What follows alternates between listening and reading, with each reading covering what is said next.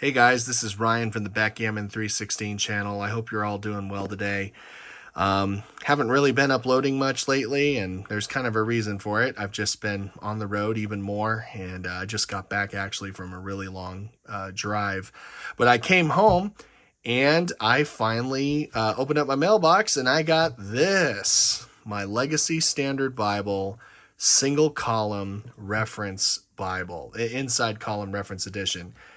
This is so cool, guys. I wanted to show it to you. As soon as I opened it up, I fell in love with it. Look at this.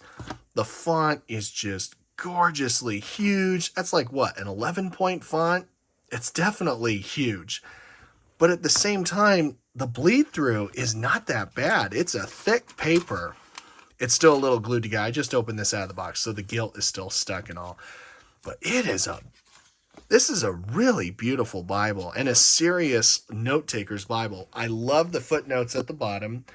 This is something I really wanted in the original Legacy Standard Bible, but they didn't do it. And I was like, I'd like to hear why the translators translated things certain ways, or what are other renderings of certain words, Greek or Hebrew. It's so cool to see that they finally added it in here. And they got it right here at the bottom, like most footnotes are. And then, of course, at the top, you got your references for what you're reading. And apparently, if it's another chapter that's next, like, oh, look, Isaiah 44, it'll put a line right here and tell you 44 verse 1. And you could look at the references in accordance with the next chapter in the book of the Bible. So it is really cool. I love this. This is seriously... I don't know, because I've been reading out of the LSB for a while now. Yes, I have an ESV. I primarily read out of the ESV, but I've been shifting over to the LSB a little more lately, because when we in our church, when we were going through the book of Exodus, the word Yahweh was used quite a bit when we were talking about the word Lord, the Tetragrammaton in the Old Testament. And so having my pastor always get up and say, now this word means Lord. If you see it in capital Lord, and there's nothing wrong with that. And, you know, there's nothing wrong with that at all. But you know what? It was always nice to have my LSB in there, and it already said it for me. It would say Yahweh. Another reason why I love the LSB. I don't think this has to be the reason why you should get one or anything like that. But as I probably mentioned in a video, well, I did mention this in a video a few months ago, I had 2 Jehovah's Witnesses come to my door. And of course, we all know that Jehovah's Witnesses love to stress that they know the name of God is Jehovah in the Old Testament. And one of the things that they love to pride themselves on is their translation is the only translation that has the word Jehovah in there, the name of God. Well, they're kind of not the only one anymore. I know the Holman Christian Standard had YHWH a long time ago, but they got rid of it with the Christian Standard Bible. Again, that's fine. It's no big deal, really. As long as you read the intro, they still have a capital Lord that still explains. That's the reference to Yahweh. But what was cool was I realized that when witnessing to Jehovah's Witnesses, I had my NIV. Didn't quite read the same as their New World Translation, and that was okay. We still had a great conversation. I got to the meat of the issue, and we didn't dance around little things on translation. But one of the things I'm really loving about this Bible is if I'm using it to witness to those people in the cults, this comes from their translation background, because the Mormons, for example, love to use the King James Version of the Bible. Jehovah's Witnesses, they love to use the New World Translation. That's their primary one. If you know a little thing or two about the New World Translation, it's a revision of the American Standard Version in the early 1900s. The New American Standard is a revision of the ASV. So it's still somewhat similar. I'm not saying doctrinally, the doctrine is definitely different, especially in specific passages, but it's very similar. In terms of the lineage in which it's from. It's from the ASV background. The ASV goes back to the King James. This is a Bible that I think if you were witnessing to the cults, if you're in that kind of ministry, you know, witnessing to Mormons and Jehovah's Witnesses, this would be pretty much an ideal translation to take with you, because it's going to read somewhat close to the King James Version and a little bit close also with the New World Translation. Again, that's not the reason you should buy this. It's just somebody who used to do mission work to Mormons in the past. I find that really helpful. Okay, enough about the cult stuff. We'll move on. Again, that's not super important, but it's a little something fun. I really love the font in this Bible. This is just so nice and clear. It's a verse by verse, single column reference.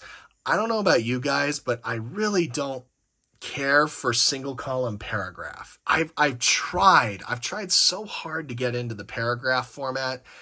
I can't do it. If you can do it, hey, good for you.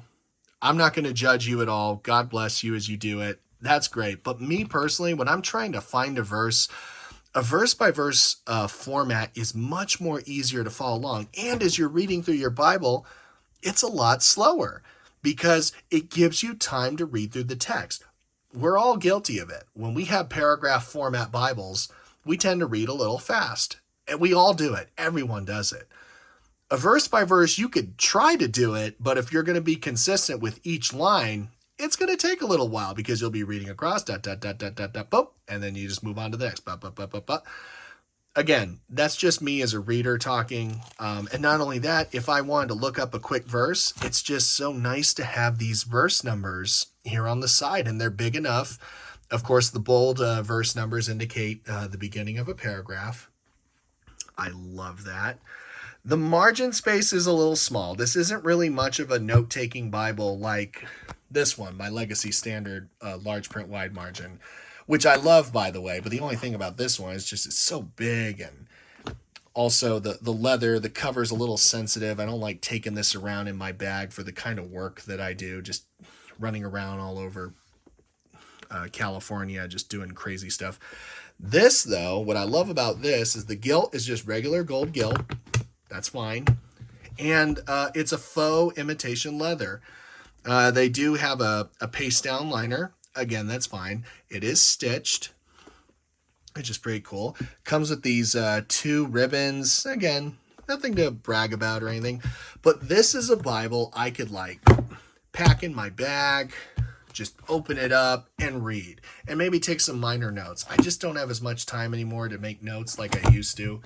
But when I do, it's not super important. It's not part of the video, but I use this pen right here that my wife got me, and I even forgot the name of it. I think it's a Japanese pen, the Uni Jetstream. And this is the one that I use because it has different colors all in one, and it's relatively cheap. It's like $5. I've used them in this Bible a lot, and it doesn't bleed through as much. Oh, and it also comes with a pencil, little lead pencil right there. So that's kind of cool. Well, anyways, I didn't want to go way too into it. I know I don't have all the specs for you. I will say this is a big Bible. It's a little big, but if you get the faux leather, I do think it is. I think the faux leather would do you well. This is a good beater Bible. This is just a Bible you want to take places. If it gets coffee or scuffed or whatever, and you don't care about that, this is a Bible for you. Just use this to your heart's content. Read through the notes. I love footnotes. I'm a footnote guy. Yeah, I'm the boring dude that when you're reading through a history book, or if I'm ever reading through it, I read the footnotes. I don't like endnotes, but, whatever. Everybody writes in endnotes these days. But I love footnotes. I'm the kind of guy who reads, where did that person get this from, or what is their thoughts on something, or more information. I just love it. And I love references. So yeah, guys, be sure to check this out. The Legacy Standard Bible Inside Column Reference Edition. I really do love the LSB. It's really becoming a permanent part of my life, and I really do love it. Maybe you guys do too. I know 316 is a small publisher. These are not that easy to make. There's not that many of them. They sell out fast. I hope one day the Lord will grow them and that they'll be able to get more Bibles out there. I know they're a small company, but they're doing the best that they can at times, and all the time. They do what they can, and it's just Bible market. They're not Crossway or Zondervan, so we're not going to get a mass amount of these out there. But Anyways, it's a great Bible. Check it out. Oh, there were other things I forgot to show you. There's a concordance, of course, which is new. They haven't done that with their other editions. And they also have maps here in the back. Glossy cardstock. But I'm sure you guys already know this because there's been reviews about this on the internet. Oh, and then they even have all these end sheets right here. And this is perfect because you could take notes on those. And that's cool with me. Well, anyway, guys, thank you for watching my video. I hope you all have a good day, and God bless.